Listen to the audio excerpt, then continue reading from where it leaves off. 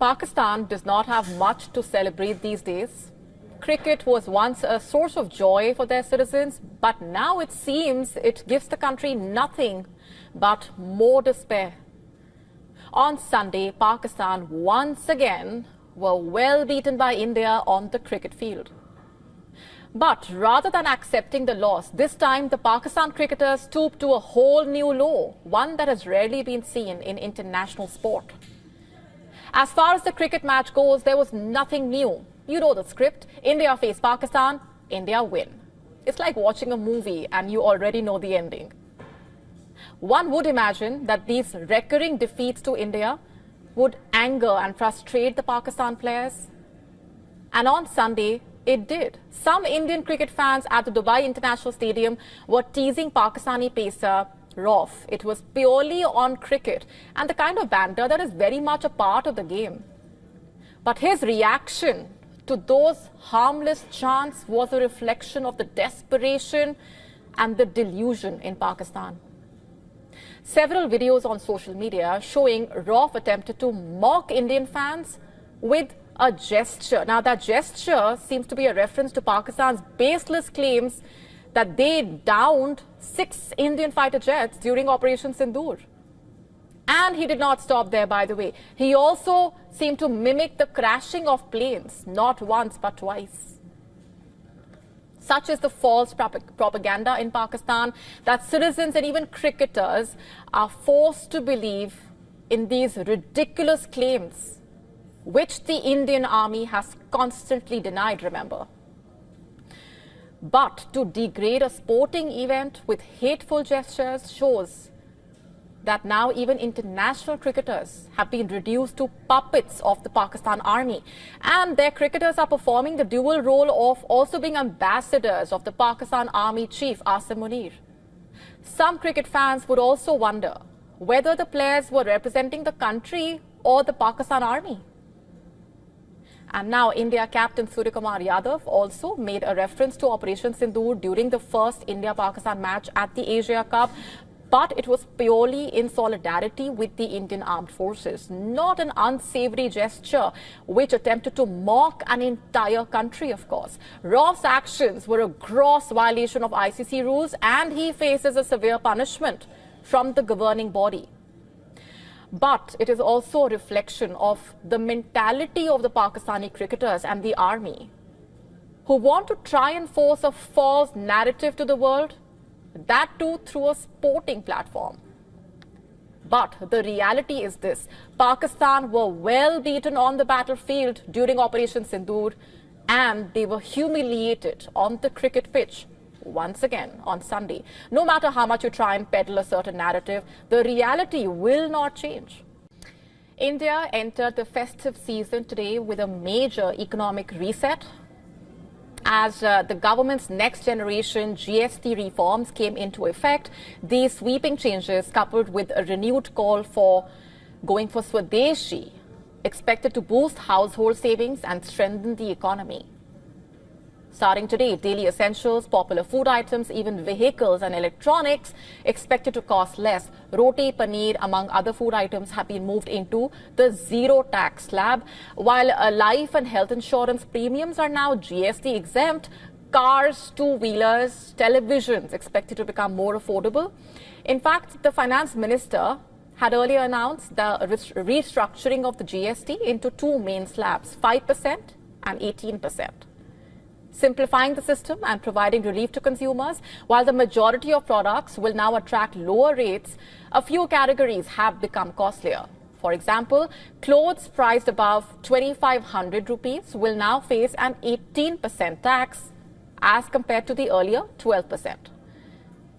As per analysts, businesses could also potentially face transition hurdles, as the shift from the current GST framework to GST 2.0 will not happen overnight in a way. Companies are likely to need time to adapt to the revised rules, grasp the new tax slabs and upgrade their systems accordingly.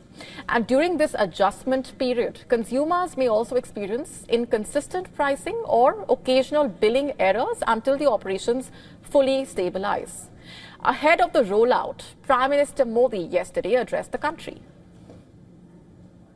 22 सितंबर को सूर्योदय के साथ ही next generation GST reforms लागू हो जाएंगे।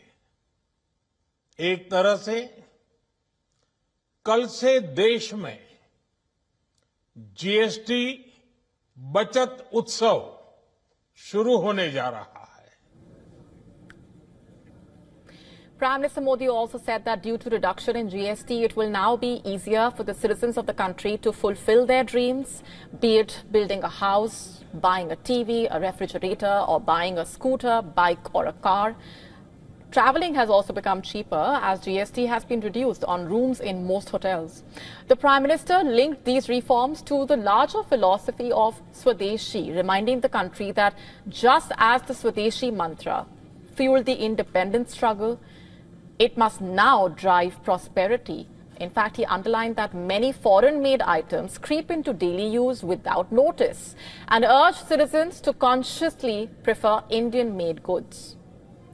The call comes amid trade tensions with the United States as Washington has imposed 50% tariffs on Indian goods and recently also hiked the H-1B visa fees. And while Prime Minister Modi did not name America directly, his message was clear: to reduce dependence on foreign brands. Because even goods manufactured in India by multinational companies are Swadeshi, as they are built with Indian manpower, Indian factories and Indian dedication. वो सामान खरीदें जो made in India हो, जिसमें हमारे देश के नौजवानों की मेहनत लगी हो. Prime Minister Modi in his address also highlighted that India will not only become self-reliant but will also emerge as a developed nation. The push to power India's journey towards economic empowerment and inclusive growth this festive season also appears to be underway.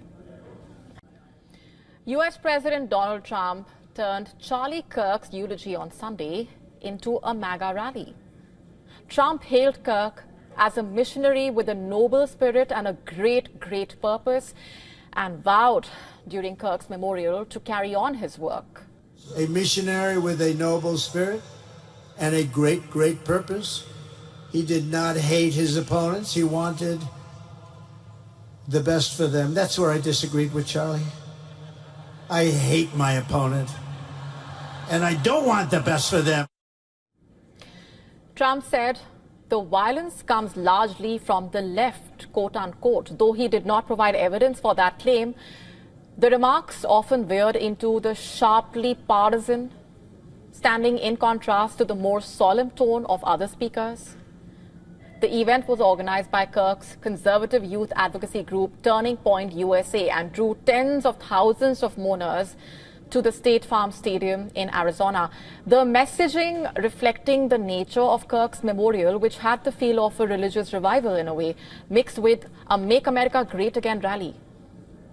Many attendees were dressed in red, white and blue. Some arrived before dawn to secure seats. Security was tight with metal detectors at the entrance. Kirk's friends and fellow conservatives remembered him as an inspirational Christian leader who founded a political movement they are determined to continue.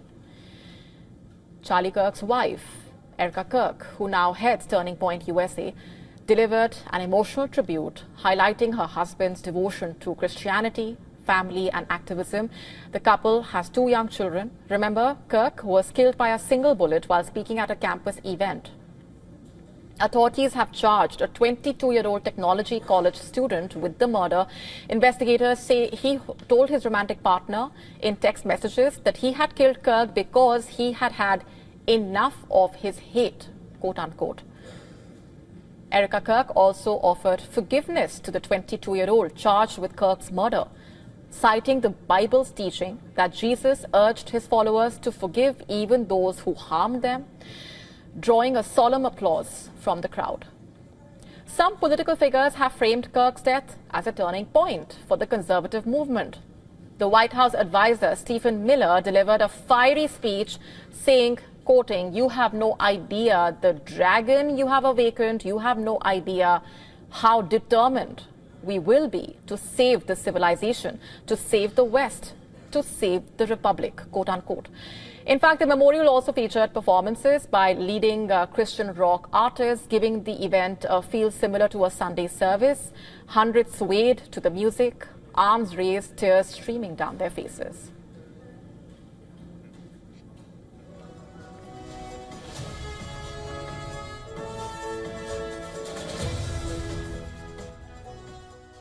To stay up to speed with the latest news, download the WION app and subscribe to our YouTube channel.